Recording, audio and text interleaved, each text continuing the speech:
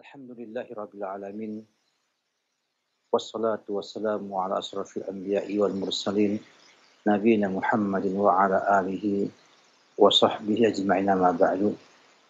Kaum muslimin, pemirsa Raja TV dan juga pendengar Raja di mana antum berada, alhamdulillah kita bersyukur kepada Allah Subhanahu wa taala yang telah melimpahkan dengan banyak nikmat-Nya dan menyiapkan semua kebutuhan kita. Menyiapkan semua kebutuhan kita untuk hidup di dunia ini, sehingga kita bisa fokus menunaikan tujuan penciptaan kita, yaitu beribadah kepada Allah Subhanahu wa taala. Allah pernah berfirman dalam Al-Qur'an, "Wa ataakum min kulli ma sa'altumuh wa in ta'uddu ni'matallahi la tuhsuha."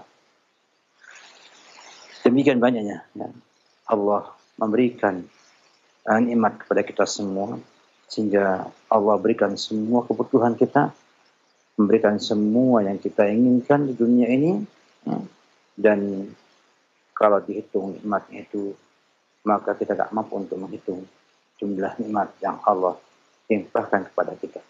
Maka syukur merupakan kewajiban kita semua untuk terus kita lantunkan, kita sampaikan kepada Allah Subhanahu wa taala dengan lisan kita, dengan hati kita, dengan mencintai Allah Subhanahu wa taala dan mengagungkan Allah Subhanahu wa taala, dan juga menggunakan nikmat yang ada untuk ketaatan dan ibadah kepada Allah Subhanahu wa taala.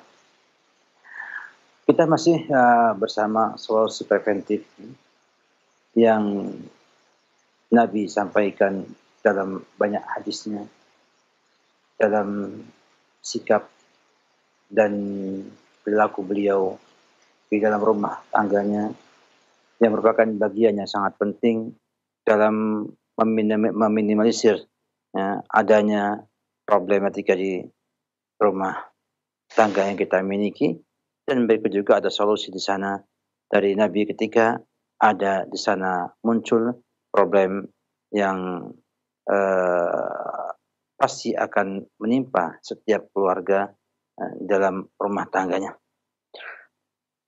Di antara hal-hal yang penting yang beliau sampaikan dalam sikap, dalam tingkah laku beliau, dalam muamalah beliau kepada para istrinya adalah menunaikan hak-hak muasyarah zaujiyah, hak-hak yang berhubungan dengan hubungan suami istri, secara khusus di dalam rumah beliau.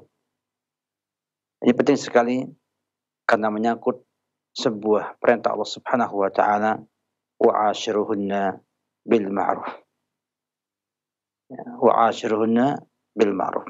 Tentunya ketika Allah Subhanahu wa taala menyampaikan di dalam Al-Qur'an sebuah perintah kepada kita semua untuk berhubungan baik, bergaul baik dengan para istri, merupakan suatu hal yang sangat penting yang dalam mempertahankan sebuah rumah tangga, dalam menyeimbangkan kondisi sebuah rumah tangga yang tentunya tidak lepas daripada terpaan fitnah, terpaan godaan dari syaitan yang berusaha untuk merusak sebuah rumah tangga agar mereka berpisah, mereka bercerai, agar mereka kemudian tidak saling mencintai dan tidak mendapatkan ketenangan di rumah tersebut. Dan demikianlah Islam sebagai agama yang rahmatan lil alamin pun menjelaskan dengan sangat jelas bagaimana urgensi muasyarah zaujiyah atau bergaul antara suami istri, dan membolehkan banyak hal dan banyak keadaan, sampai-sampai dalam posisi haid pun syariat Islam bolehkan suami untuk bergaul dengan istrinya kecuali wajima ataupun berhubungan suami istri intim. Kita lihat bagaimana hal ini terjadi ya, karena memang Allah Subhanahu wa taala memberikan kepada kita sebuah nikmat, namun juga sebuah ujian, yaitu adanya syahwat. Adanya syahwat.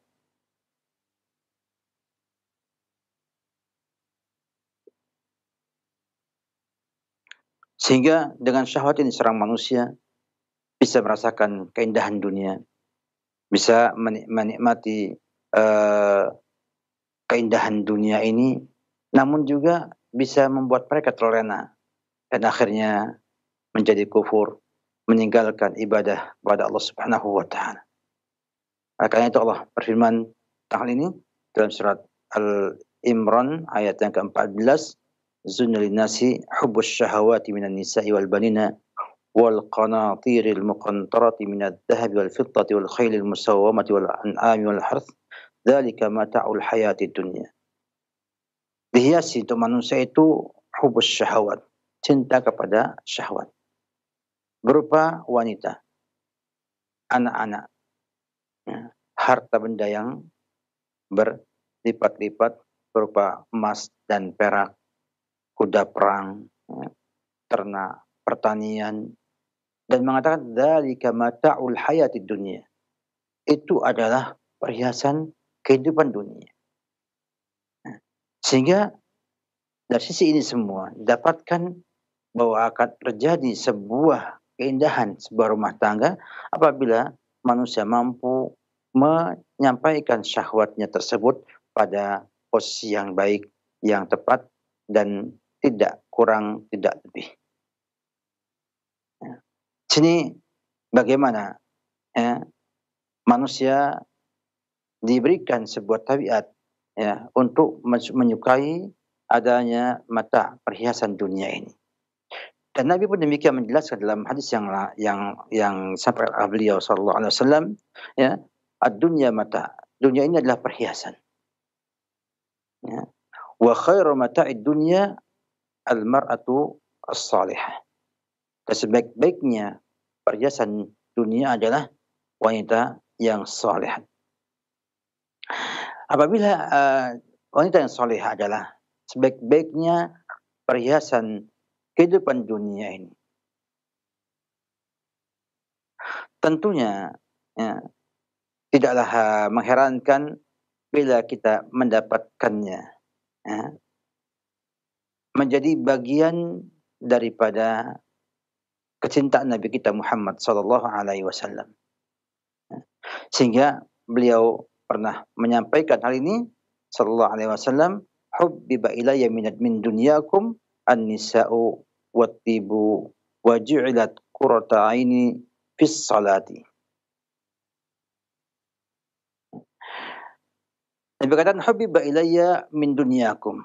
Ya, dibuat cinta kepadaku, membuat aku cinta dari dunia kalian, an-nisa, wanita, at-tib, minyak wangi, dan jadikan qurratu aini, ya, hiburan Nabi kita Muhammad SAW tadi di salatnya. Sini kita lihat bagaimana Nabi kita Muhammad SAW menyampaikan bahwa manusia punya tabiat yang tidak bisa ditinggalkan oleh mereka, yaitu ya, cinta kepada wanita, ya, cinta kepada yang baik-baik dan indah, ya, serta ya, dijadikan hiburan Nabi pada salat. Si Nabi kita Muhammad SAW ingin membimbing kita semua, ya, membimbing kita semua, ya, agar kita meninggalkan sikap-sikap ruhbaniyah, ya, atau meninggalkan dunia, tidak mau menikmati dunia, ya, dan fokus dengan akhirat saja. Yang waktu itu ya, berkembang ya, di mereka dengan adanya ruhbaniyah, yaitu para pendeta yang tidak menikah. Ya.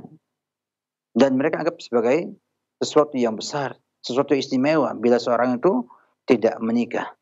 meninggalkan syahwat wanita, ya, kemudian fokus pada ibadah.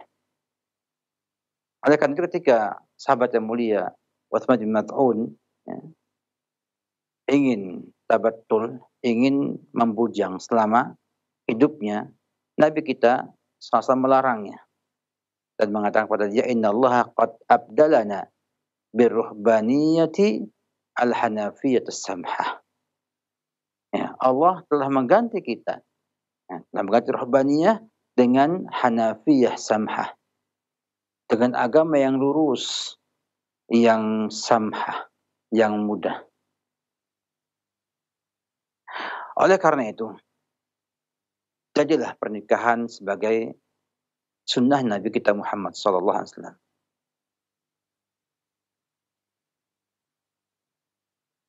Dan Nabi kita sallallahu alaihi wasallam pernah, ya, berkata keras kepada para sahabat yang ingin tidak menikahi wanita dengan mengatakan, amma wallahi inni la akhsyakum lillah wa atqakum lahu walakin asum wa uftir wa usalli wa arqud wa atazawwaju nisa faman raghiba an sunnati falaysa minni. Adapun demi Allah, aku adalah orang yang paling takut kepada Allah Subhanahu wa taala, paling takwa kepada Allah Subhanahu wa taala. Tetapi aku puasa dan berbuka, aku salat dan tidur, dan aku menikahi wanita. Maka barang siapa yang membenci sunnahku, maka dia bukan dariku. Sebuah ungkapan sangat keras dari Nabi kita Muhammad SAW ketika para sahabat ingin fokus ibadah saja bagi siang malam dan menganggap adanya sang istri bersamanya akan mengganggu atau menyita waktunya. Dan kalau dipikir, memang demikian. Orang yang fokus ibadah, maka dia berpikir adanya istri yang punya hak-hak harus tunaikan 1, 2, 3, 4, mungkin banyak sekali. Juga harus menyisakan waktu untuk dia, untuk keluarga, ya. Tentu akan mengurangi kuantitas ibadah mereka kepada Allah Subhanahu wa taala. Sehingga mereka berpikir alih-alih ibadah ini untuk tidak memiliki istri, tidak menikah. Nah, Nabi kita Muhammad SAW melarang dengan sangat keras dengan mengatakan faman raghiba an sunnati falaysa minni.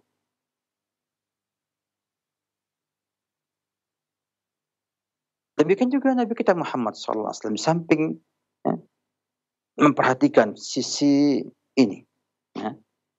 Juga demikian juga Allah Subhanahu wa taala menampilkan kepada kita sebuah gambaran cukup jelas bahwa manusia itu dihiasi kepada manusia cinta syahwat, dan tidak mencelanya. Tidak mencelanya. Ya. Dan mengatakan dzalika mata'ul hayatid dunya. Tinggal kita bagaimana memanfaatkan itu semua. Bahkan Nabi memuji wanita saleh sebagai khairu mata'id dunya. Ya. Dalam rangka agar kaum muslimin, ya, bisa berumah tangga, menikah, mencari wanita yang salehah untuk dinikahinya karena ia mendapatkan sebaik-baiknya perhiasan dunia ini.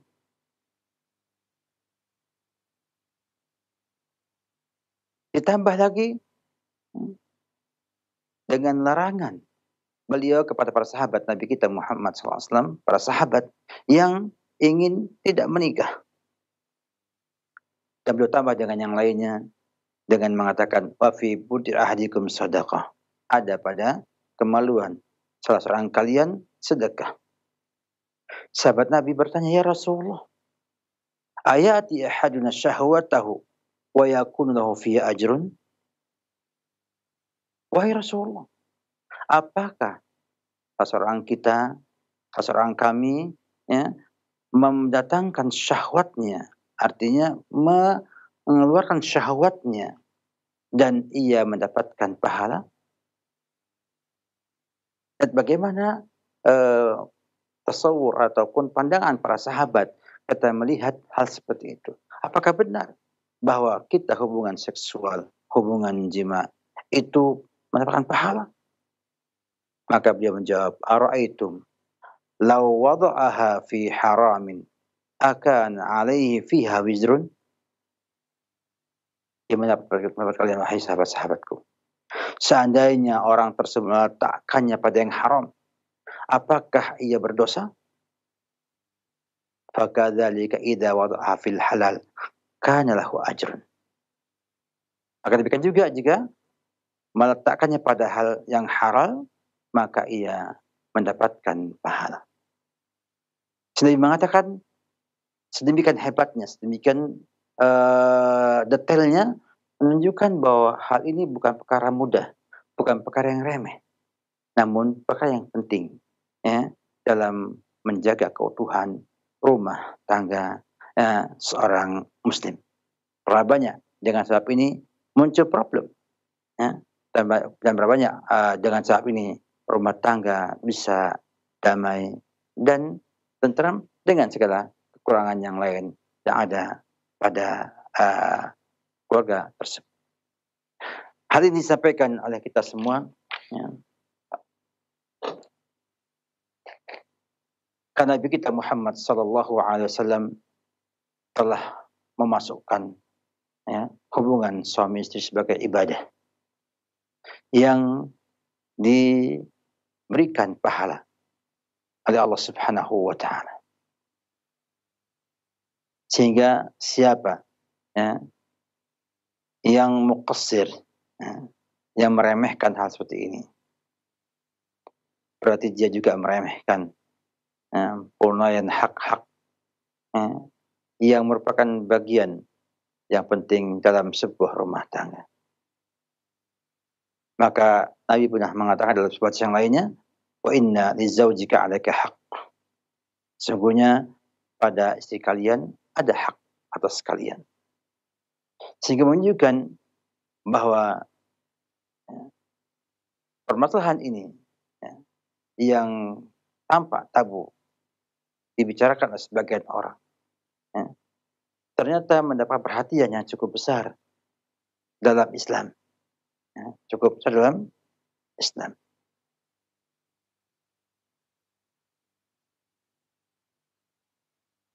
Bahkan Nabi lebih lanjut lagi menyampaikan, lebih dalam lagi menyampaikan, ketika menyebutkan bahwa al-mar'ah salihah, wanita yang saleh itu adalah termasuk as-sa'adah, termasuk dari kebahagiaan.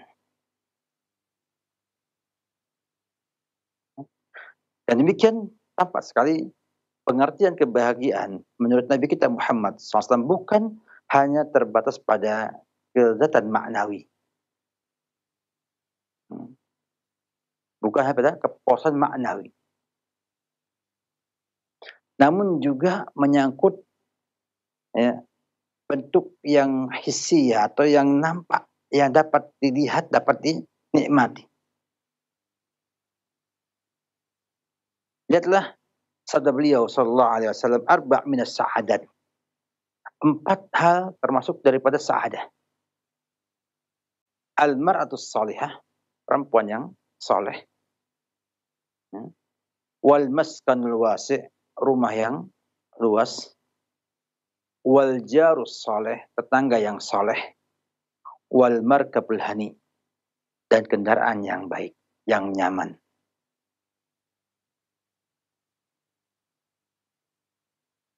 Dan bagaimana Nabi kita menyampaikan demikian sangat jelas sekali bahwa minas sa'adah, kata Nabi kita Muhammad SAW, adalah wanita yang soleha. Nyata orangnya ada fisiknya, ya, terlihat, merupakan sa'adah. Bukan semata-mata kita pahami bahwa bahagia itu adalah hanya sekedar perasaan maknawiyah, ya, atau ketenangan dalam hati saja, tidak ada yang fisiknya. Ini ada minas sa'adah al-mar'us salihah. Juga al-maskan al-wasi', rumah yang luas. Wal jarus salih, tetangga yang saleh. Dan al-markabul hani, dan kendaraan yang nyaman. Ini semua minas sa'adat, kata Nabi kita Muhammad sallallahu alaihi wasallam. Kalau demikian keadaannya, bahwa muasyarah bizaujiyah, pergaulan suami istri di rumahnya, merupakan perkara yang penting diperhatikan kita semua dalam rangka untuk mencegah munculnya problematika rumah tangga. Karena ketidaktepatan ataupun ketidakbenaran dalam melaksanakan muasyarah zaujiyah ini, ya, itu akan membuat problem di rumah tangga kita. Akan menimbulkan problematika di rumah kita. Maka solusinya adalah dengan solusi yang preventif. Ya. Diberikan hak-hak dengan baik dalam hal ini, diperhatikan dengan baik dalam hal ini, agar tidak muncul permasalahan yang bisa berakibat kepada perceraian dan yang lainnya. Termasuk juga, ya, kita dapatkan banyak godaan zaman sekarang ini, munculnya perselingkuhan, mungkin karena tidak pernah memperhatikan permasalahan yang seperti ini. Di mana sang laki-laki tidak mampu menunjukkan pandangan dan menjaga kemaluannya, dan sang perempuan pun demikian juga tidak mampu menjaga pandangan dan juga kemaluannya. Maka Islam memberikan perhatian, ya, dari mulai menyampaikan bahwa Allah memberikan manusia ini hubbuh syahwat, dan mengatakan bahwa perempuan, anak, harta benda itu semua adalah mataul hayati dunia. Dan Nabi pun demikian, menyampaikan bahwa dunianya adalah perhiasan, dan yang sebaik-baiknya mar'ah yang salihah. Kemudian Nabi juga menyampaikan bahwa hubbiba ilayya min dunyakum an-nisa wat-tib. Ditambah juga dengan beliau, ya, melarang para sahabatnya untuk tidak menikah, ya, dan menjadikan nikah sebagai sunnahnya beliau dengan lafaz faman raghiba an sunnati falaysa.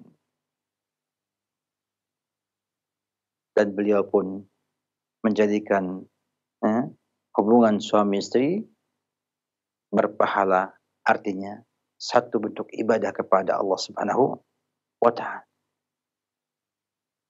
Ditambah juga, ya, menyebutkan al-mar'ah salihah sebagai sebuah bentuk kebahagiaan yang akan didapatkan manusia atau kaum muslimin, ya, dalam kehidupan di dunia.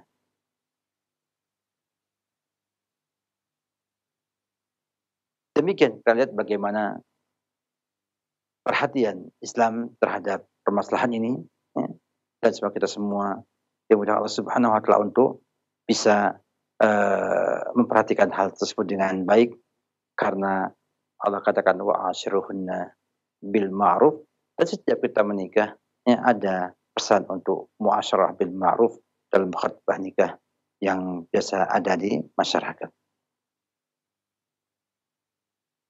Untuk bagaimana contoh penerapannya, ya, yang Nabi lakukan di rumahnya, insya Allah kita akan sambung pada perjumpaan pekan depan tentang bagaimana Nabi menunaikan muasyarah bil ma'ruf di rumah-rumah beliau sallallahu alaihi wasallam. Semoga yang sedikit bermanfaat, moga kita memperhatikan hal seperti ini, karena ini merupakan bentuk daripada menjalankan sunnah-sunnah Rasulullah sallallahu alaihi wasallam. Semoga bermanfaat. Wabillahi taufiq. Salam Muhammad wa ala alihi wa sahbihi wasallam. Baik. Terima kasih kami ucapkan untuk Al Ustadz, jazakumullahu khairan, materi bahasan nasihat yang telah disampaikan. Ikhwatal Islam, untuk selanjutnya kita memasuki sesi interaktif. Bagi Anda yang akan bertanya secara langsung kepada Al Ustadz seputar tema yang dibahas atau permasalahan rumah tangga, silakan bisa menelpon. Silakan. Ya. Assalamualaikum. Waalaikumsalam warahmatullahi wabarakatuh. Silakan pertanyaannya. Ya, silakan Ibu. Ya, Ustazah. Ustaz. Ya, silakan pertanyaannya Ibu. Ana mau bertanya, Anak kan sudah bercerai 2 kali dalam berumah tangga. Ya, Dan silahkan itu dilanjut. bisa membuat anak jadi merasa trauma. Apakah itu was-was dari syaitan, Ustaz? Iya, baik, Syukran, itu Ustaz. saja, baik. Assalamualaikum. Waalaikumsalam warahmatullahi wabarakatuh. Silahkan, Ustaz. Alhamdulillah, kita di dunia ini emang selalu Allah uji dengan ujian-ujian ya, yang kita kadang-kadang tidak mengerti dan tidak tahu sebelumnya. Namun tentunya sebagai seorang muslim, yang kata Rasulullah SAW, ajaban li amril mu'min, inna amrahu kullahu khairun. Nah, menakjubkan urusan seorang mukmin. Semua urusannya itu baik. Walisa dzalika illa lil mu'min. Dan tidak ada itu kecuali pada seorang mukmin. Apa itu? Nabi sampaikan dengan jelas setelahnya, ya, in asabathu dharra sabara fakana khairal lah. Ya, kalau menimpanya dia madarat,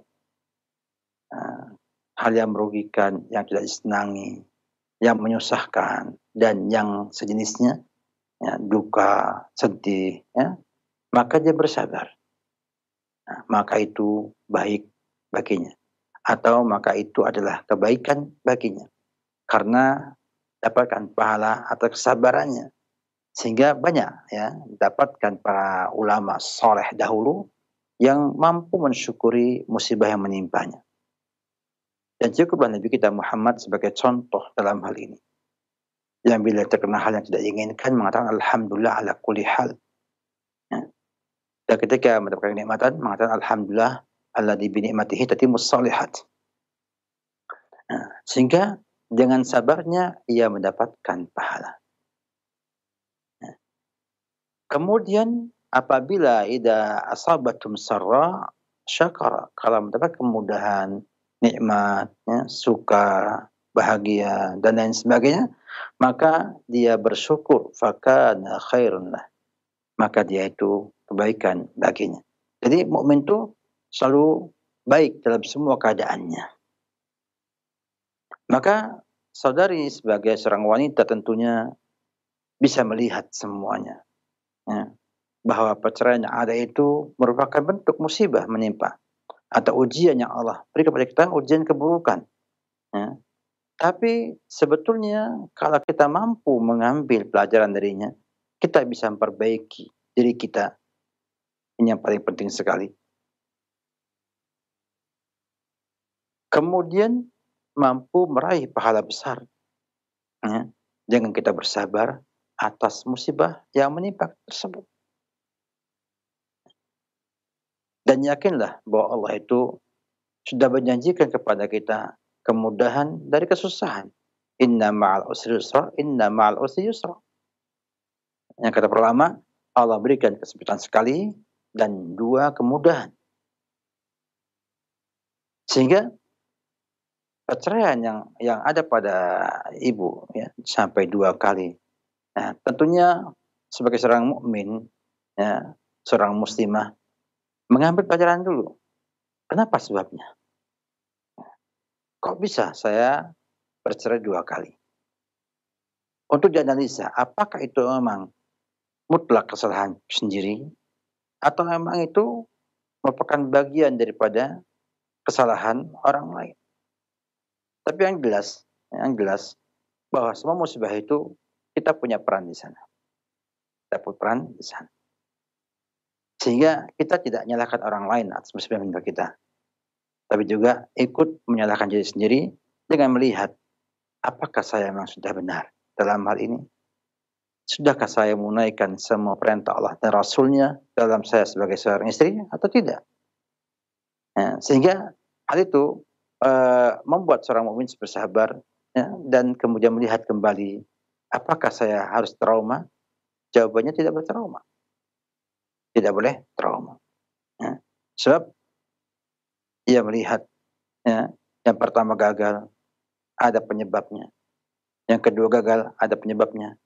Yang ketiga harus, ya, berusaha menghindari ya sebab-sebab kegagalan yang sebelumnya ya dengan melihat ya, apakah dengan menikah 3 kali ini akan memberikan kebaikan atau tidak memberi kebaikan kepada ibu. Demikianlah wanita yang mukminah. Contohnya para sahabat dahulu.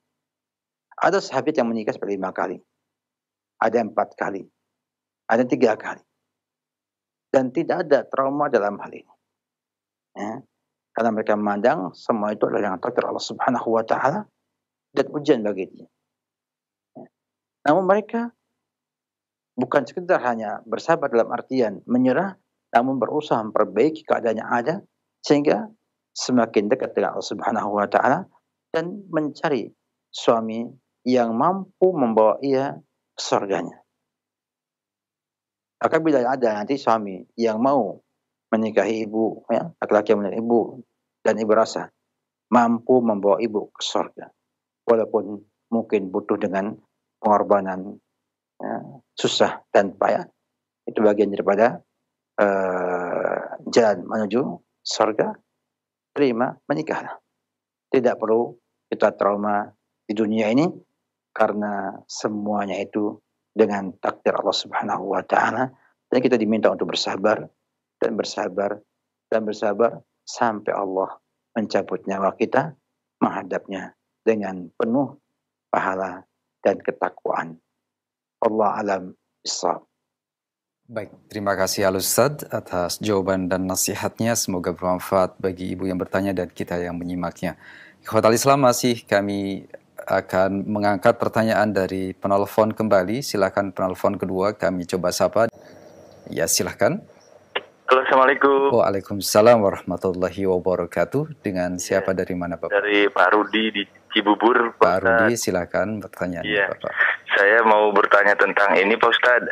Kebetulan saya menegur ibu mertua saya terkait di mana adik ipar saya itu menitipkan anaknya itu dari pagi sampai malam, di mana ibu saya itu kadang mengeluh capek segala macam. Apakah itu dosa, Ustadz, si adik ipar saya itu?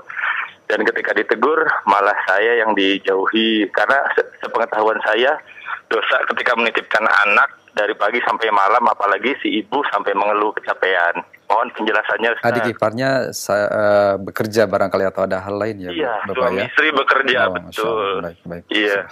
Terima kasih, Ustaz. Terima kasih Bapak. Barakallahu fiik. Waalaikumsalam warahmatullah. Silakan Ustaz. Alhamdulillah Bapak punya rasa sayang sama mertua ya. Tidak ingin melihat mertua susah ya, ataupun mengeluh kesusahan. Tapi ini memang problem yang kita harus cermati baik-baik, dan kalau menegur pun bagusnya dengan cara baik-baik dan musyawarah. Karena saya melihat walaupun bisa fenomena ada di sekarang ini di sebagian kaum muslimin, itu ketika mereka mengejar dunia, nah, sebanyak-banyaknya, nah, bukan secukupnya, sebanyak-banyaknya, maka akhirnya sang bapak sudah bekerja putang-panting, dirasa nggak cukup juga, akhirnya ibu bekerja semuanya. Tentunya kalau dua-duanya bekerja, maka anak itu akan terlantar di rumahnya. Maka kadang ya, sang anak, karena biasa di sebagian masyarakat di Indonesia ini, ya, itu sangat mudah untuk menitipkan anak-anaknya ke ibunya, ya, atau ke neneknya anak-anak tersebut. Dengan tidak ada sama sekali rasa bersalah ataupun apa, bahkan terkadang kayak hal yang sepele dan hal yang lumrah kayaknya seperti itu. Maka hal seperti ini ya, walaupun kita katakan tidak benar ya, tapi memang perlu adanya sebuah kebijaksanaan dari kita semua untuk bisa memahamkan dulu ya, bahwa itu bukan sikap yang baik ya, bukan sikap yang baik. Dan itu gak mungkin bisa setiap hari dibuat demikian. Karena sisi yang pertama, bahwa pendidikan sang nenek kepada cucunya relatif ya, lebih kepada perasaan saja. sehingga relatif tidak akan mampu membimbing anak itu menjadi anak yang lebih baik atau yang ideal. Yang kedua, kesibukan orang tua yang berlebihan hanya dengan alasan mencukupi kebutuhan yang dimilikinya merupakan alasan yang salah. Alasan yang salah. Bila sampai meninggalkan hak-hak anak tersebut. Ini yang perlu diperhatikan. Artinya seandainya ibunya pun ikhlas ataupun ridho, senang dengan anaknya diserahkan kepada sang nenek, tetap itu tindakan yang tidak tepat. Karena ibu bapaknya tidak mampu menunaikan hak-hak anak tersebut. Anak punya hak seorang tuanya. Nah, ini yang dipahamkan kepada adik tersebut, adiknya bapak tersebut dengan baik-baik sehingga dia paham bahwa dia itu sebetulnya tidak ideal memberikan anaknya ke orang tuanya. Baru kemudian dipahamkan juga bahwa ibu itu sudah usia mungkin lebih tua dan punya kemampuan keterbatasan yang ada. Maka kalau menitipkan ke sana, maka bagaimana berupaya agar ibu itu tidak capek, tidak lelah, sehingga ada upaya yang baik dari mereka untuk kompromi dalam hal ini.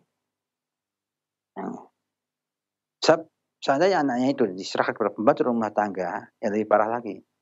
Lebih parah lagi. Makanya dalam Islam itu ada bahasa bila orang tuanya itu tidak mampu mengurusi anak tersebut, karena pisah, maka halalna hak pengasuhan kepada ibunya. Ibunya sang ibu atau neneknya dari pihak ibu. Emang secara teori nenek itu lebih perhatian, lebih sayang kepada cucunya, dan lebih perhatian kepada cucunya.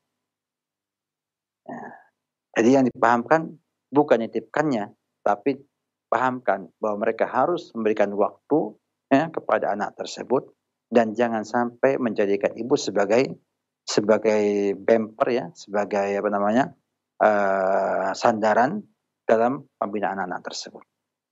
Baru kemudian nanti akan muncul kepahaman ini dan insya Allah tidak akan suudzon kepada bapak yang menegurnya, bahkan mungkin juga akan berterima kasih, bahkan bisa jadi perbaikan pada mereka lebih daripada ditegur langsung dan kemudian tersinggung dan menganggap bahwa kakaknya tidak pernah tahu nggak mau tahu dengan susahnya adiknya tersebut. Jadi perlu sikap yang bijaksana dalam menegur adik tersebut. Insya Allah sikap tidak berdosa karena memang itulah upaya untuk menegur dan memahamkan adik tersebut. Yang jelas jangan putus, tetap sambung. Dia memutuskan, kita nyambung. Artinya walaupun mereka memutuskan hubungan, kita tidak boleh memutuskan, kita tetap sambung. Karena yang dinamakan orang yang nyambung adalah orang yang menyambung ketika diputuskan hubungan tersebut. Semoga manfaat. Allah bitar. Baik, terima kasih untuk jawaban dan nasihat Al-Ustaz. Jazakallah khairan, barakallahu fiik. Ikhwatal Islam, masih kami angkat satu pertanyaan berikutnya dari penelpon. Halo. Ya, halo. Waalaikumsalam warahmatullahi wabarakatuh. Silakan Ibu, pertanyaannya. Ini saya Ibu Sari dari Bekasi, Pak Ustadz. Silakan. Saya mau bertanya, saya janda menikah dengan seorang duda, Pak Ustadz. Waktu itu kami menikah siri. Status suami saya waktu itu sudah pisah rumah dengan istrinya sudah kurang lebih 2 tahun. Tapi secara hukum negara itu belum didaftarkan pisahnya Pak Ustadz sampai saat ini.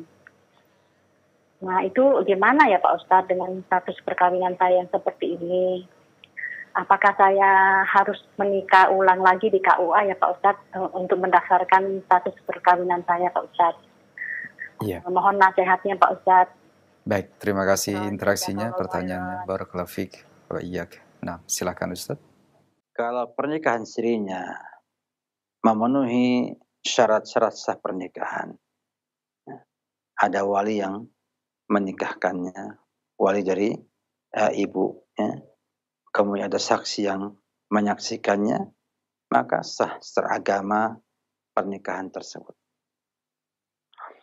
Namun bila ingin lebih sempurna, tentunya didaftarkan ya, ke lembaga yang mencatat pernikahan. Dan Indonesia ini dikenal adanya KUA ya, atau pengadilan agama atau juga catatan sipil. Ya. Nah, apa gunanya? Gunanya kalau kita kemudian daftarkan, itu tidak mesti menikah lagi. Nah, makanya sangat dianjurkan pada kaum muslimat ataupun muslimin yang menikah dengan cara siri, artinya tidak dengan sepengetahuan negara, untuk mencatatnya dalam surat bersegel atau bermaterai. Ya, bahwa telah terjadi pernikahan pada hari ini jam sekian ya, dengan walinya fulan ya, yang menikahkan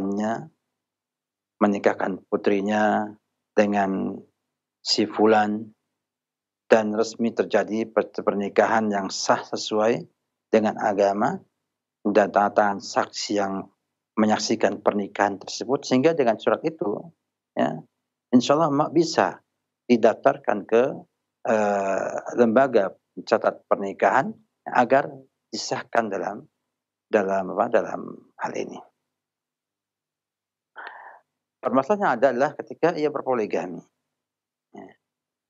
Ini dapat berpoligami walaupun sudah dikatakan telah pisah dengan istrinya 2 tahun lamanya, tapi secara hitungan negara ya, ini masih dinamakan berpoligami, sehingga harus memenuhi syarat-syarat yang ada dalam aturan negara.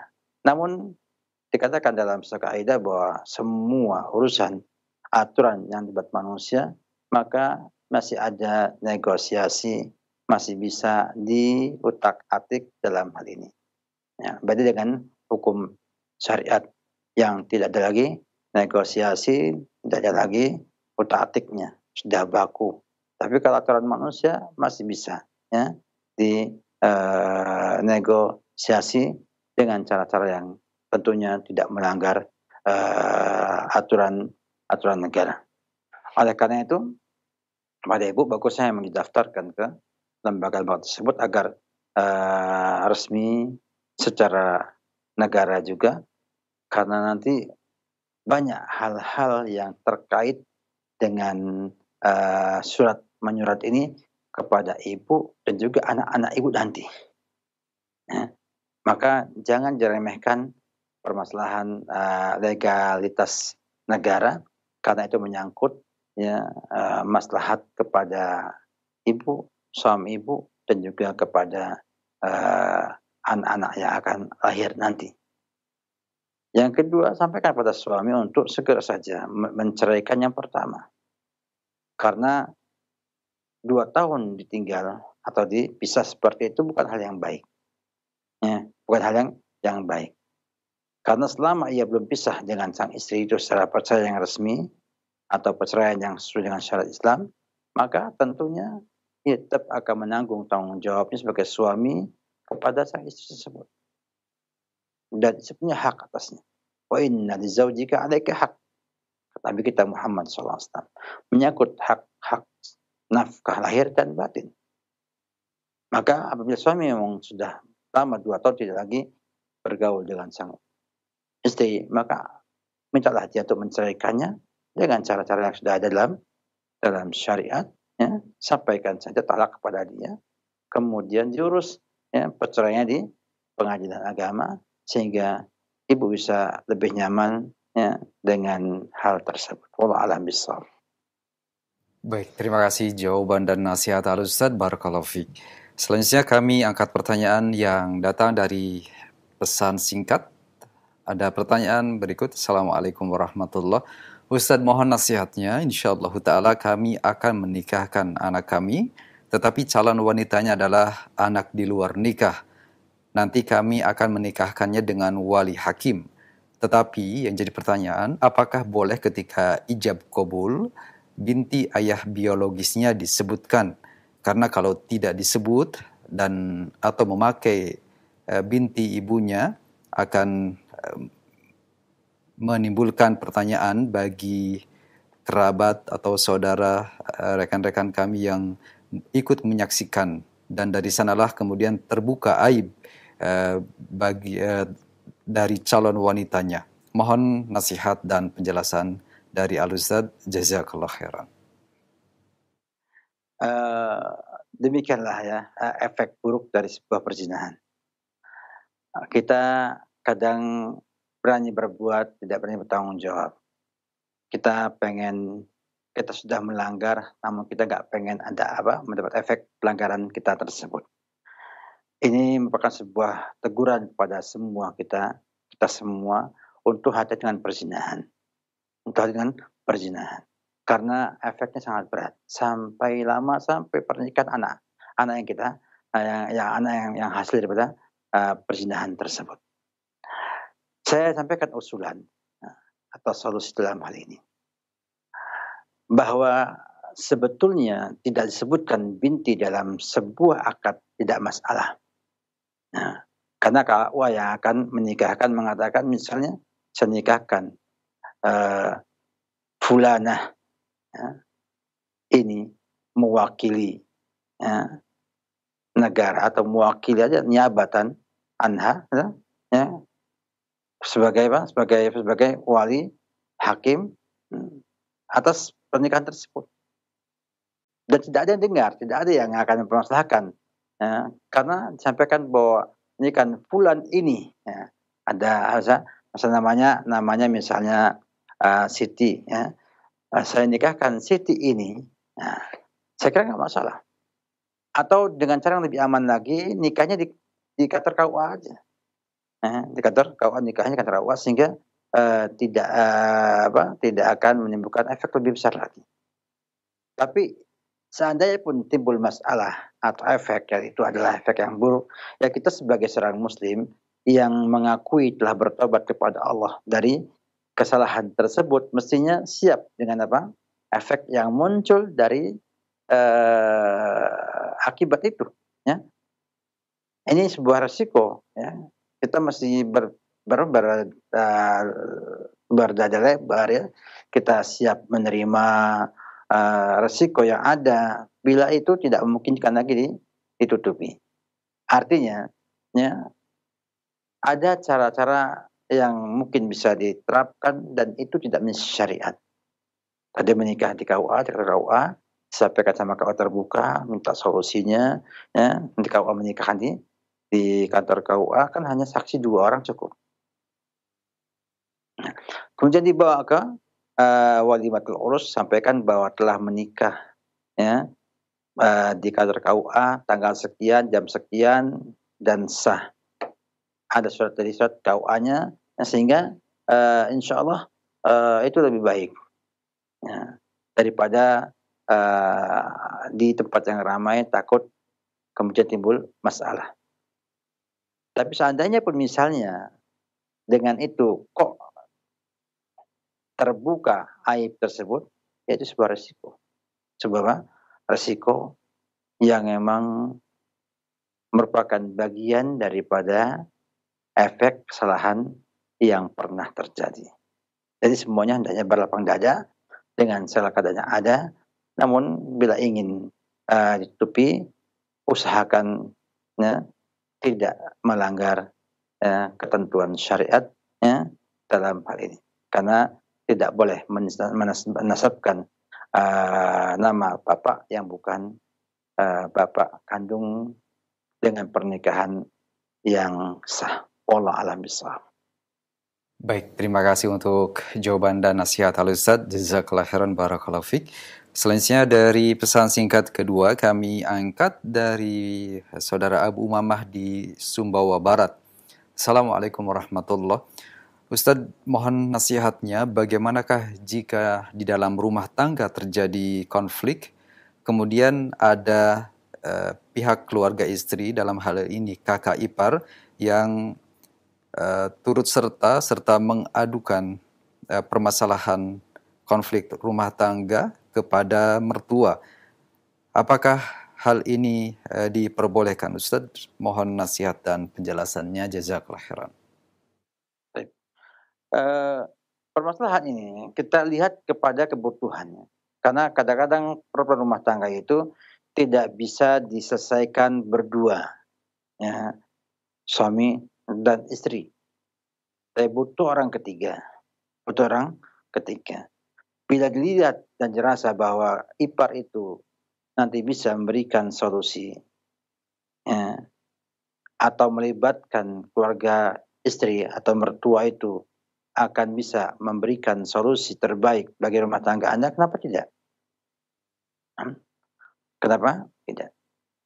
Nah, tapi apabila dirasa nanti akan memperkeruh keadaan, bahkan memperparah keadaan, maka jangan libatkan mereka dalam hal ini. Jadi semuanya kembali pada maslahat yang kita inginkan. Karena saya lihat ada masalah rumah tangga yang selesai dengan berdua. Ya, ada yang harus butuh orang ketiga.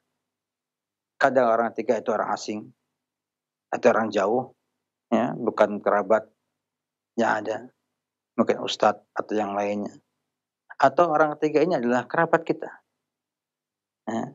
Banyak campur tangan ipar itu membuat rumah tangga itu lebih baik. Ya, karena dia mampu menasihati adiknya, ya, dan mampu mengarah adiknya.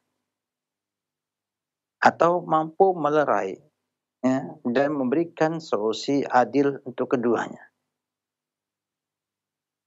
Bahkan kadang-kadang campur tangan mertua pun, ya, itu bagus. Ya.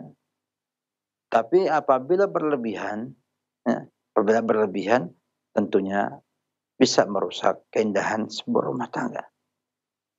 Maka antum lihat sendiri bagaimana kondisi yang ada dan pastikan bahwa campur tangan mereka tidak memperkeruh keadaan dan tidak memperparah permasalahan yang ada di antara pasangan suami istri tersebut. Wallahu a'lam bishawab. Baik, terima kasih atas jawaban dan nasihat yang disampaikan oleh Al-Ustadz Barakallahu Fiq. Untuk selanjutnya kami angkat pertanyaan kembali dari pesan singkat. Assalamualaikum warahmatullahi wabarakatuh. Ustadz, mohon penjelasan dan nasihatnya. Ayah saya melarang untuk menikah dan ayah saya sudah sepuh dengan alasan karena tidak ada yang merawat atau mengurusnya. Kemudian saya pun menikah siri tanpa memberitahu ayah. Yang jadi pertanyaan, bagaimanakah pernikahan saya ini ya Ustadz?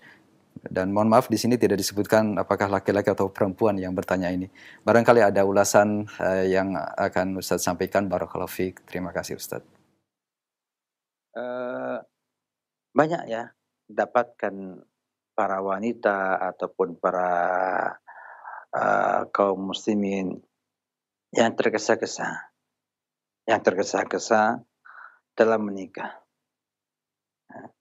tanpa memperhatikan para wali dan maslahat para wali. Tentunya apabila kita itu mampu bernegosiasi dengan sang wali, baik sebagai laki-laki atau sebagai wanita, tentunya akan lebih baik dan maslahat kalau wali itu menjadi wali pernikahannya. Namun bila wali tersebut ternyata menghalang-halangi, tak ingin keburukan kepada anaknya, maka di sana ada solusi ataupun cara dengan mediasi. Ya, mediasi dengan KUA atau pengadilan agama yang nanti memberikan solusi kepada anak-anak itu, pada pasangan tersebut dan juga orang tua walinya, ya, dalam menyelesaikan masalah tersebut. Dan ini kadang-kadang tidak pernah dipikirkan atau nggak mau susah. Ya, tidak baik ya. Seorang itu ingin mendapat kebahagiaan, namun pengennya semuanya mudah, nggak mau, tak ada masalah. Harusnya tampak bagaimana kita memperjuangkan yang kita inginkan, ya, dengan sebaik-baiknya. Dan para ulama mengatakan bahwa pernikahan tanpa wali tidak sah. Karena di antara syarat sah pernikahan adalah dengan ridhonya wali. Dan wali itulah orang tua pada asalnya. Oleh karena itu, banyak yang saya dapatkan di masyarakat kita yang memudahkan atau meremehkan masalah ini. Sehingga akhirnya mereka nikah dengan wali hakim, itu nggak jelas hakimnya siapa. Ya. Kadang ustadz di pondok, kadang kepala pesantren, kadang juga asal ustadz, kadang juga temannya sendiri. Ya. Itu wali hakim semua kata mereka. Ini juga nggak benar. Ya. Semua itu punya kaidah, punya aturan yang baku dalam Islam. Karena wali hakim itu ya, adalah istilah untuk sultan. Ya, yang kata Nabi, as-sultanu waliyun liman laisa lahu wali. Sultan itu adalah wali bagi orang yang tidak punya wali. Nah, yang namanya sultan itu yang punya kekuatan, yang punya kekuasaan, sultan. Yaitu pemerintah. Pemerintah itu yaitu pemerintah dan jajaran yang ditunjuk oleh pemerintah untuk mengurusi bidang tersebut. Kalau pernikahan berarti KUA, pengadilan agama atau catatan sipil yang memang sudah ditunjuk oleh pemerintah untuk mengurusi pernikahan warga negaranya. Itulah namanya hakim, wali hakim. Ya. Bukan semua orang yang yang jaga punya ilmu agama adalah wali hakim, tidak demikian. Bila di media pun nggak jadi, ya, maka bisa dialihkan. Ya, dialihkan perwaliannya kepada wali yang abad, yang lebih jauh. Kakeknya, ya, mungkin juga saudaranya, atau juga mungkin anaknya. Ya, kepada yang lebih jauh untuk jadi walinya. Dan itu sudah ada aturannya, ya, sudah ada ketentuan dalam Islam, dan juga digunakan ya, di KUA dalam masalah ini. Oleh karena itu, ya, nasihat kepada para kaum muslimin yang ingin menikah, menikahlah dengan baik-baik. Bila orang tua tidak merestui, bernegolah dengan orang tua. Saya yakin orang tua Anda mencintai Anda. Hanya saja mungkin ada opini yang tidak benar pada orang tua tersebut. Maka perbaiki opininya. Sehingga nanti bisa merestui, ya, dan bisa kalau nggak menikahkan dia bisa merestui dan bisa mewakilkan orang lain untuk menikahkan saudari. Dan biasanya perempuan, ya, karena wali itu yang punya adalah perempuan, bukan laki-laki.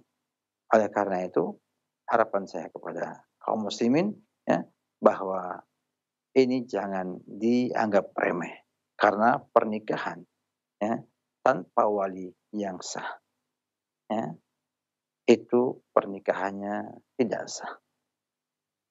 Nah, wallahu a'lam bishawab. Baik, Ustaz, terima kasih. Jazakallah khairan jawaban dan nasihat yang disampaikan. Setelah 3 pesan singkat yang kami ajukan, kami kembali berikan kesempatan bagi Anda melalui telepon. Kami coba sapa untuk Anda. Naam. Silakan. Ya, sudah masuk barangkali? Assalamualaikum. Waalaikumsalam warahmatullahi wabarakatuh. Silakan Ibu ke pertanyaannya, ke inti pertanyaan. Saya mau bertanya Pak Ustaz. Silakan. Itu. Mohon maaf dikecilkan dulu volume TV atau radionya karena ada feedback yang mengganggu, Bu, ya. Iya. Silakan. Iya Pak. Ya sudah. Ya, silakan pertanyaannya. Saya mau bertanya Pak. Saya sering mengingatkan suami kalau sholat itu supaya tepat waktu karena kerjaannya di ladang. Mantang karet itu. Nah, maksud saya tidak usah dipantang semuanya, terus ditinggal gitu. Tapi suami kadang-kadang marah, tidak bisa tepat waktu itu, paling jam 2. Apakah itu termasuk wawailul musholin, Pak? Iya. Assalamualaikum. Baik, terima kasih Ibu. Waalaikumsalam warahmatullahi wabarakatuh. Silakan Ustaz. Ada permasalahan yang cukup penting, ya, yang perlu kita sampaikan sebelum menjawab ini, yang banyak tidak diperhatikan oleh kaum wanita ketika menyampaikan nasihat ataupun teguran kepada suaminya. Ada bahasa laki-laki itu ingin dihormati, wanita ingin dimengerti. Terkadang wanita pengennya ingin dimengerti saja dan tidak mau tahu dengan suaminya. Sehingga cara menegurnya, kadang-kadang menegurnya itu tidak dengan cara hormat. Sehingga akhirnya sang suami itu terkesankan ya, kayak disalah-salahkan ya, dan akhirnya enggan untuk menerima nasihat sang istri tersebut. Mungkin timingnya atau yang lainnya. Sehingga akhirnya komunikasi yang harusnya bagus jadi berantakan hanya karena ya, cara yang tidak tepat dalam hal ini. Nah, laki-laki punya ego sendiri, ya tentunya tidak mudah ya untuk disampaikan sebuah nasihat, sebuah teguran dari sang istri bila tidak tepat cara penyampaiannya. Ini saya khawatir terjadi seperti itu. Karena orang yang bekerja di kebun ladang biasanya emang sangat-sangat sulit untuk melihat waktu. Ya. Kalau di ladang ya sangat sulit untuk melihat waktu, kecuali mereka yang betul-betul ya tertanam dalam jiwanya iman yang kuat, yang menganggap bahwa sholat di masjid adalah sebuah kewajiban yang besar untuknya. Nah, harusnya sang ibu memulai dengan menyampaikan tentang pentingnya sholat di waktunya, berjamaah di masjid. Ya. Sebab yang tidak punya pemahaman kewajiban sholat jamaah di masjid, maka jangan meremehkan, menganggap remeh waktu. Karena yang punya waktu pasti ya, dalam sholat berjamaah itu di masjid. Ya. Kita saja misalnya, ketika hujan deras, ya, adzan berkumandang, kita nggak wajib ke masjid. Itu kita kadang-kadang sholatnya molor. Artinya memudah-mudahkan untuk tidak tepat pada awal waktu sholat. Ya. Itu pada orang yang biasa berjamaah di masjid, namun ada udzur karena hujan deras tidak ke masjid. Nah, bagaimana bila dia ini tidak menganggap wajib sholat di masjid? Sehingga bagi dia penting kan sholat berjamaah di rumah, atau mungkin yang penting saya sholat. Waktu yang penting jangan keluar dari waktu sholat. Jadi ini penting untuk kita sampaikan kepada ibu juga yang lain-lainnya, ya, bahwa sikap sang suami itu mungkin dari sebab pengetahuan dia. Kalau dia memandang tidak ada kewajiban berjamaah, maka dia mengatakan, ngapain saya meninggalkan kerjaan saya, nggak wajib berjamaah. Nah, sehingga pengennya apa? Yang penting tidak keluar dari waktu. Kemudian yang kedua, kalau dia mengatakan memang wajib berjamaah, hanya tidak di masjid, hanya penting berjamaah dengan istrinya, anaknya, atau yang lainnya. Tentunya untuk memudahkan dia meninggalkan pekerjaannya ketika adzan berkumandang, itu juga susah. Tapi kalau dia sudah memahami kewajiban berjamaah di masjid, saya yakin ketika adzan dia sudah pulang. Karena dia mikir bahwa di masjid itu paling pol 4 jam atau 20 menit akan dikumandangkan qomat dan kemudian sholat berjamaah. Sehingga ia berusaha untuk melepas pekerjaannya karena khawatir ketinggalan berjamaah di masjid tersebut. Nah, untuk mengatakan apakah dia itu masuk dalam wailul musallin, Tidak bisa juga kita akan demikian. Karena pengetahuannya mempengaruhi hal itu. Sehingga semua orang yang sholat masih di waktunya, itu masih dengan sholat adaan. Tidak qadaan. Sehingga akan sulit kita bawa ke sana, karena memang mereka menganggap bahwa mereka tidak melalaikan sholat, mereka sholat pada waktunya, cuman tidak di awal waktu. Dan sholat di awal waktu hanya afdaliyah atau sunnah saja. Sehingga jangan dihukumi dengan hukuman Bapak ini masuk dalam ayat wailul lil musallin. Atau mengatakan sholat munafik yang dikatakan idza qamu ila sholati qamu kusala. Jangan Tapi dipahamkan sang Bapak bahwa ini ada kewajiban sholat berjamaah di masjid. Nanti baru bisa sholatnya itu di awal waktu.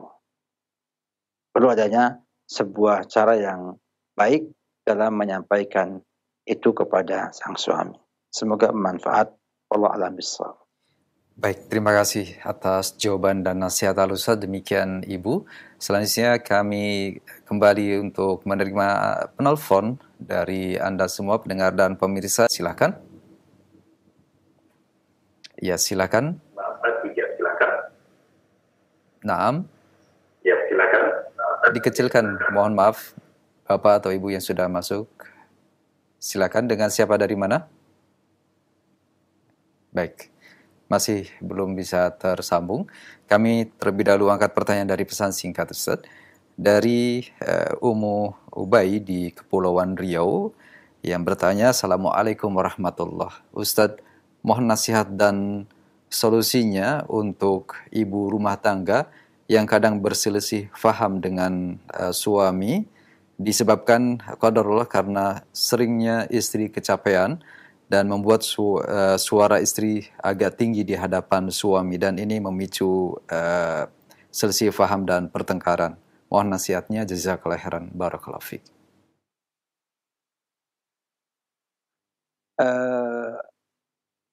Sebuah hal yang penting yang harus dimiliki oleh pasangan suami istri itu adalah saling mengenal pasangannya.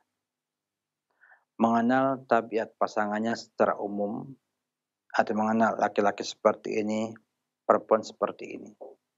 Dan mengenal tabiat khusus per orang dari pasangan tersebut. Nah, itu penting untuk adanya komunikasi yang baik. Kemudian, sang istri harus mampu menyampaikan kepada suami apa yang menjadi kendala dalam rumah tangganya. Sehingga apabila memang kerja kecapean, suami tahu ini istri sedang capek, ngomongnya ngelantur, ngomongnya keras. Sehingga ia mampu memahami dan akhirnya mampu memaafkan atau menyadari hal tersebut. Kalau tidak ada komunikasi yang baik, ini akan timbul masalah. Sehingga Nabi sampaikan tentang bagaimana komunikasi suami istri yang baik itu diungkapkan dalam sebuah hadis yang cukup masyhur. Rahimallahu mar'an qam minal laili fasalla wa ayqada ahlaha atau ayqada zawjatahu atau ahlahu, fa in abad nadada fi wajhiha alma. Semoga Allah merahmati laki-laki yang bangun malam hari lalu salat dan membangunkan istrinya. Kalau enggan, dia akan percikan air ke wajah sang istri tersebut sampai bangun. Hal ini tampak sekali bagaimana komunikasi yang bagus antara pasangan tersebut. tidaklah ya membuat sang istri marah-marah ketika dipercikan air ke wajahnya, dan juga tidak membuat sang suami segan untuk membersihkan air ke wajah istrinya, ya, agar mereka bisa menunaikan sholat malam bersama. Si menunjukkan bahwa komunikasi antara pasangan itu berjalan lancar dan baik. Ini tentunya diawali dengan saling memahami tabiat masing-masing, saling memahami keadaan masing-masing. Nah, saya lihat apabila ibu sampaikan bahwa ibu sedang capek, suaranya keras, suami malah timbul respon yang negatif dari sang suami, maka berarti harus ada perbaikan komunikasi antara ibu dengan sang suami. Sehingga nanti ibu menyadari keadaan suami dan suami menyadari keadaan ibu dengan sebab komunikasi yang baik tersebut. Jadi ini adalah faktor komunikasi ya, yang perlu diperbaiki oleh ibu dengan suami. Coba ajaklah bicara ya, baik-baik ya. Kemudian ambil waktu yang baik, buat komunikasi yang baik, sampaikan saja bahwa saya kalau capek kerja saya akan bersuara keras, mohon tolong diperhatikan, maafi ya, dan diambil hati dan sebagainya. Sehingga ketika suami melihat ibu marah-marah, dia tahu ibu sedang capek dalam pekerjaannya. Jadi itu tidak akan membuat persisihan insyaallah ta'ala bila sudah saling mengetahui keadaan masing-masing. Jadi intinya adalah bagaimana ibu bisa berkomunikasi kepada suami agar suami paham bahwa kalau ibu itu bersuara keras, bersuara ketus, itu tandanya sedang dalam keadaan kelelahan akibat pekerjaan yang banyak. Dan siapa tahu dengan itu suami mau membantu pekerjaan ibu sehingga nanti ibu merasa lebih nyaman dan tidak terlalu capek dengan pekerjaan yang ada. Allah alam bissawab. Ditambah juga kalau bisa ya, zikir ya, Nabi nyampaikan kepada Fatimah yang kelelahan bekerja di rumahnya untuk membaca subhanallah 33 kali, alhamdulillah 33 kali, dan Allah Akbar 34 kali. Dan itu cukup bagus untuk menguatkan diri kita, karena zikir itu akan menguatkan jiwa dan juga fisik seorang manusia. Wallahu alam bissawab. Baik, terima kasih Ustadz. Jazakallahu khairan jawaban dan nasihatnya. Kembali kami akan sapa dari pendengar dan pemirsa via telepon. Silahkan. Ya, silakan Bapak atau Ibu. Assalamualaikum warahmatullahi wabarakatuh. Waalaikumsalam warahmatullahi wabarakatuh. Silakan Bapak, dengan siapa dari mana? Dari Tasli, dari Bandung. Ya, silakan Pak Tasli, pertanyaannya. Ini ada seorang bapak yang katakanlah bapak ini mau menikahkan anaknya. Dia beragama Kristen, kemudian anaknya ini agama Islam. Yeah. Kemudian si bapak ini masuk Islam. Masuk Islam, tapi setelah dia mewakili anaknya menikah, setelah berjalan waktu, dia masuk lagi ke Kristen. Nah, pertanyaannya, apakah pernikahannya ini sah atau tidak? Yeah. Itu aja mungkin. Baik, terima kasih Pak Tasli. Barakallahu fiik. Nah, barakallahu. Silakan Ustaz. Wa iyyakum. Nah, silakan Ustaz. Pernikahannya sah. Pernikahannya sah kenapa? Karena bapak itu ketika menikahkan dalam keadaan muslim. Dalam keadaan muslim. Ya, dan kita tidak diminta untuk menanyakan ini muslimnya sungguh-sungguh ya.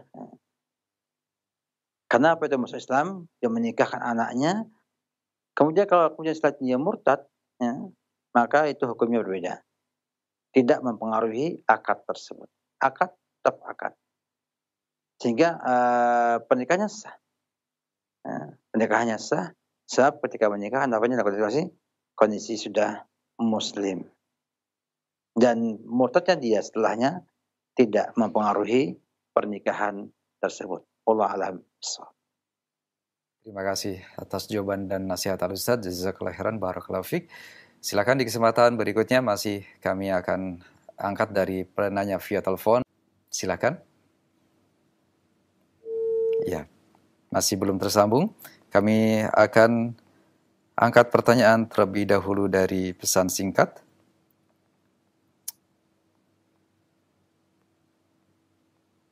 Nah, Assalamualaikum warahmatullahi wabarakatuh. Ustaz, mohon nasihatnya dari pendengar kita di Aceh.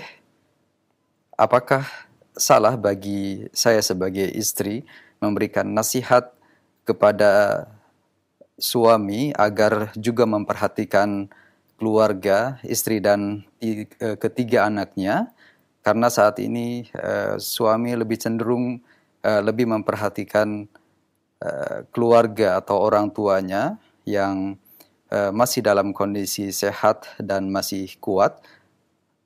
Apakah nasihat terbaik bagi saya sebagai istri di dalam menghadapi suami yang kurang memperhatikan keluarga dan ketiga anaknya dibandingkan dengan orang tuanya? Barakallahu fiik, jazakallahu khairan. Sikap yang baik insyaallah ta'ala adalah pertama tentunya bersabar ya. Tentunya apa? Bersabar. Itu merupakan kunci kemenangan ibu dalam segala hal. Nabi katakan inna ma'as sabri an-nasr. Yang kedua, membuat komunikasi yang baik dengan sang suami. Karena di antara tuntutan sabar adalah bisa berkomunikasi dengan baik dengan suami. Agar suami mengerti bahwa ada hak-hak istri dan anaknya pada diri dia. Dan ini bisa langsung, bisa dengan perantara. Yang ketiga, ibu lihat mengapa suami bersikap demikian. Tentu ada di sana faktor pendorong atau faktor yang membuat ia sampai full memperhatikan keluarganya sehingga lalai dari keluarga dia sendiri atau dengan anak dan istrinya. Ini cukup penting untuk diketahui agar nanti bisa mencari solusi, memahamkan suami bahwa ia pun punya kewajiban untuk memperhatikan istri dan anak-anaknya.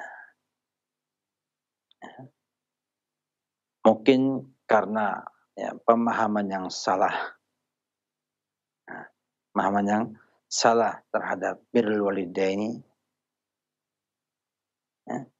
Sehingga akhirnya ia tidak merasa bahwa ia adalah bapak daripada anak-anaknya, suami dari istrinya. Maka perlu ada pelurusan pemahaman padanya. Atau karena memang desakan kuat dari keluarga dia membuat ia harus perhatian ke sana. Dan ibu tidak memberikan sebuah tarikan agar ia perhatian kepada ibu dan anak-anak. Maka perlu ibu sampaikan dan ibu upayakan bagaimana sang suami juga memberikan perhatian kepada ibu dan juga anak-anak. Karena kadang-kadang sang suami menganggap anak saya itu nggak butuh perhatian banyak dari saya karena mereka cukup mandiri, cukup hebat dan lain sebagainya. Sehingga ia memberikan perhatian yang lainnya kepada keluarga. Nah, opini seperti ini terjadi. Berapa banyak ya suami itu karena husnudzonnya dia kepada istri dan anak-anaknya mengatakan, wah saya sudah mandiri, anak saya juga mandiri, sehingga mereka nggak butuh perhatian saya, tidak butuh bantuan saya. Justru yang butuh adalah ibu saya, bapak saya, adik-adik saya. Sehingga akhirnya perhatiannya kepada adik-adiknya, kepada masalah-masalah keluarganya, itu menyita waktunya, menghabiskan waktunya, ya, dan ia tidak berikan kepada anak istrinya karena opini itu.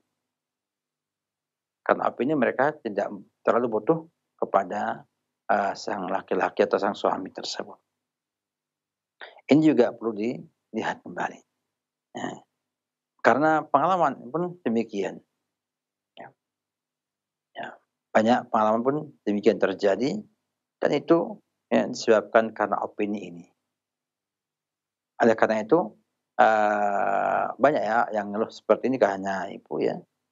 Itu terjadi, dan setelah kemudian sang istri mampu memberikan sebuah sinyal ya, kepada sang suami bahwa anak dan istrinya juga membutuhkan perhatiannya, dia akhirnya bisa membagi perhatiannya dan bisa bersikap baik.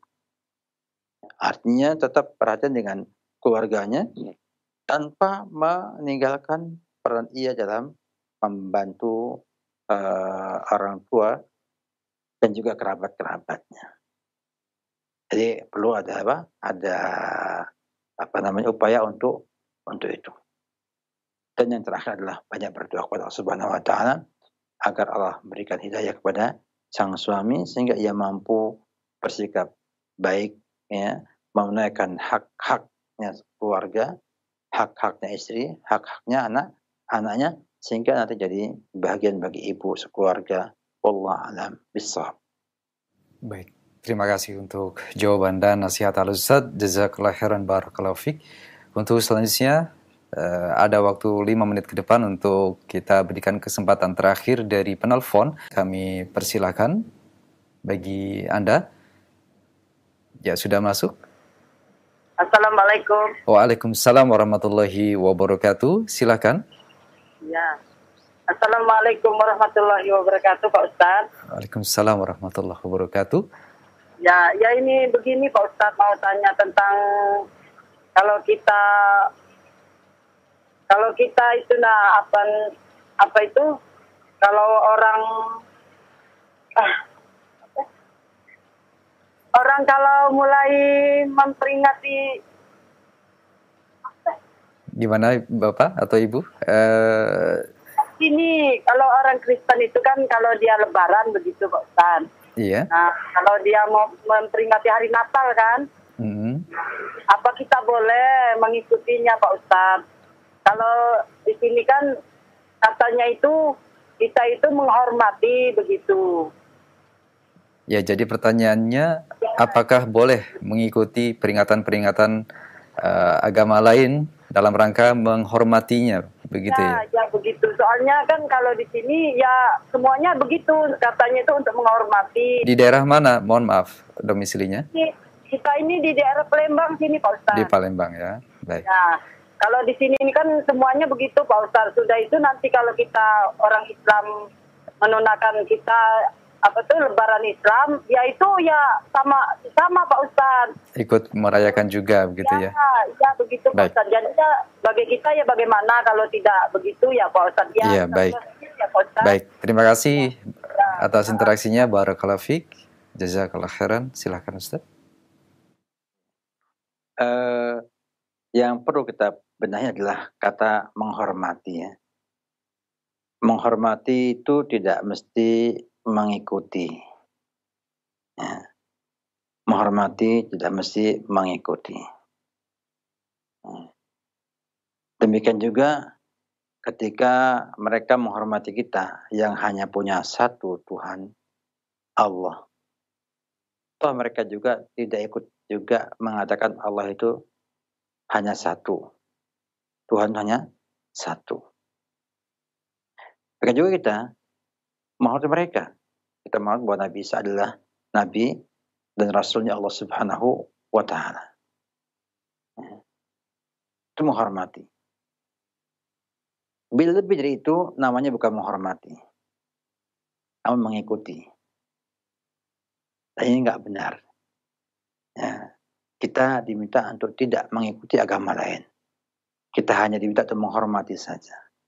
Oleh karena itu, ya, fatwa MUI Indonesia ya, itu melarang kita ikut serta dalam peringatan tersebut. Nah, karena memang Islam ya punya peringatan sendiri, yaitu Idul Adha, Idul Korban sama Idul Fitri, ya. Dan mereka juga punya acara sendiri. Ya. Kita tidak mengikuti mereka, ya. Sebagaimana juga kita tidak minta mereka untuk mengikuti acara yang kita miliki. Maka ya, tidak boleh mengikuti acara-acara mereka karena bertentangan dengan akidah kita, ya, bertentangan dengan akidah yang kita miliki, ya, dan kita menghormati, ya, dengan tidak mengganggu acara mereka, ya, tidak juga kita mengganggu ataupun mungkin mengobrak-abrik ya acara yang mereka miliki. Mereka lakum dinukum waliyadin. Mereka punya agama mereka, kita punya agama kita. Itu saling menghormati. Saling menghormati. Artinya, amalkanlah ya agama kamu sesuai dengan keyakinan kamu, dan kami mengamalkan keyakinan yang kami miliki. Tidak mencampur adukan keyakinan sehingga akhirnya ya, malah enggak jelas lagi. Jadi kita menghormati namun tidak mengikuti ajaran tersebut ya, dengan ikut meramaikan acara-acara mereka. Wallahu a'lam bishawab.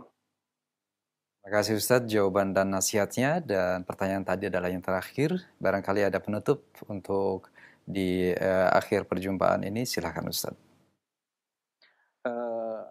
Alhamdulillah, kita berharap dengan kajian kita ini semakin membuka wacana kita, membuka cakrawala kita, bahwa Allah itu menetapkan Islam sebagai agama yang Allah ridhoi, karena memang agama yang bisa memberikan rahmat pada alam semesta. Ajaran-ajarannya semuanya memberikan maslahat kepada hamba-hamba Allah untuk bisa menggapai kebahagiaan di dunia dan di akhirat nanti. Lihatlah bagaimana ya, Islam memandang sebuah pernikahan, sebuah rumah tangga dengan demikian lengkapnya, dan memberikan solusi sebelum terjadinya problematika, dan memberikan solusi ketika sudah munculnya permasalahan. Sehingga kelengkapan Islam ini harusnya menumbuhkan dalam diri kita semakin tebal iman kita, semakin kuat keyakinan kita akan kebenaran agama Islam.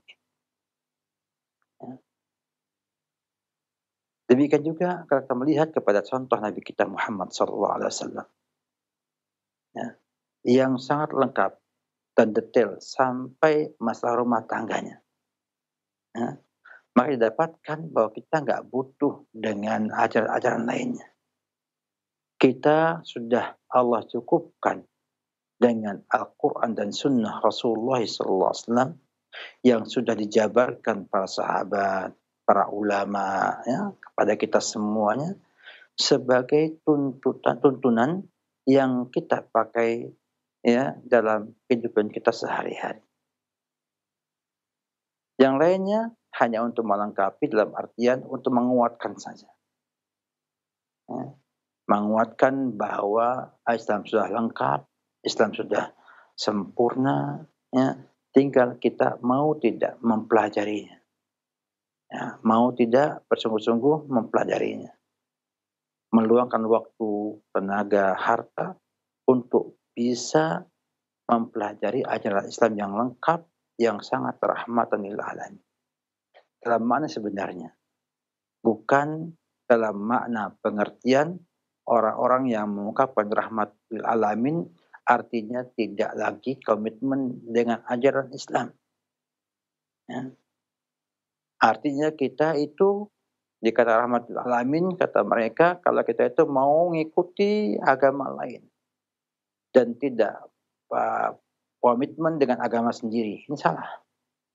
Ya. Justru dengan kita itu komitmen dengan ajaran Islam akan jadi rahmat bagi alam semesta. Contoh sederhana saja, cadar. Kita menggunakan pak istri kita menggunakan cadar, maka itu rahmat bagi alam semesta. Rahmat bagi alam semesta. Kalau dengan adanya itu, maka akan tertutup pintu-pintu perzinahan, ya, yang akan membuat kehancuran di alam semesta ini. Dengan adanya hijab itu, seorang bisa menjaga dirinya dan tidak akan mau berbuat hal-hal yang bisa membuat orang lain terjerumus dalam perzinahan. Demikian juga orang yang melihatnya ingat dengan Allah, ingat dengan agama Islam, sehingga tidak berani mengganggunya bila punya iman di hatinya. Nah, dan alangkah naifnya, sangat ironis sekali, orang yang mengaku punya ilmu agama, dianggap ulama, dianggap kiai, dianggap ustadz, kemudian melecehkan atau merendahkan satu di antara tuntutan dan tuntunan syariat Islam ini. Nah, oleh karena itu, marilah kaum muslimin sekalian, kita semua berupaya untuk belajar kembali dengan benar Islam, dan kemudian kita berusaha bagaimana menjadi hamba-hamba Allah yang cinta kepada Allah, cinta kepada Rasulnya, dan cinta kepada kaum mukminin seluruhnya. Semoga ini bermanfaat bagi kita semua, dan ucapan syukur kepada Allah, kemudian kepada teman-teman Roja, kru Roja yang sudah berusaha untuk mensukseskan acara ini. Demikian juga kepada teman-teman di studio mini di Ponpes Ukhuwah Sukoharjo yang sudah meluangkan waktu tenaga untuk bisa kerjasama dalam menyampaikan program kita ini. Semoga Allah berkati kalian semua dan juga kita semua, dan juga terakhir kepada pemirsa dan juga pendengar Roja yang setia untuk mengikuti kajian yang ada. Semoga kita semua diberikan hidayah, petunjuk dan taufiknya untuk bisa menjadi muslim yang baik dan saleh. Amin ya rabbal alamin. Wassalamualaikum warahmatullahi wabarakatuh. Alhamdulillah rabbil alamin.